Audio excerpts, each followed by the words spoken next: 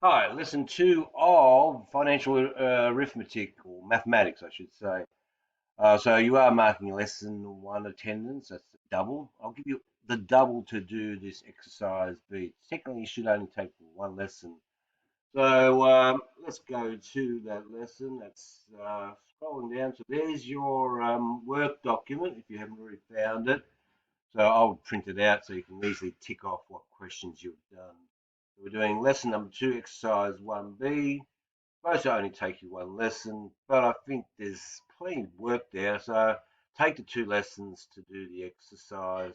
And that is watch the first part, maybe do the first couple of questions.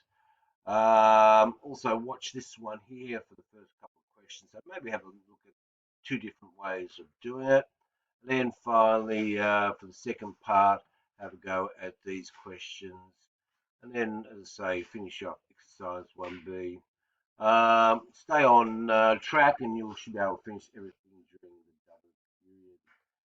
double period. So, yes, and we move on. Thursday, we'll start on the exercise 1C. So, have a good session. And remember, if you need help, just email. Cheers.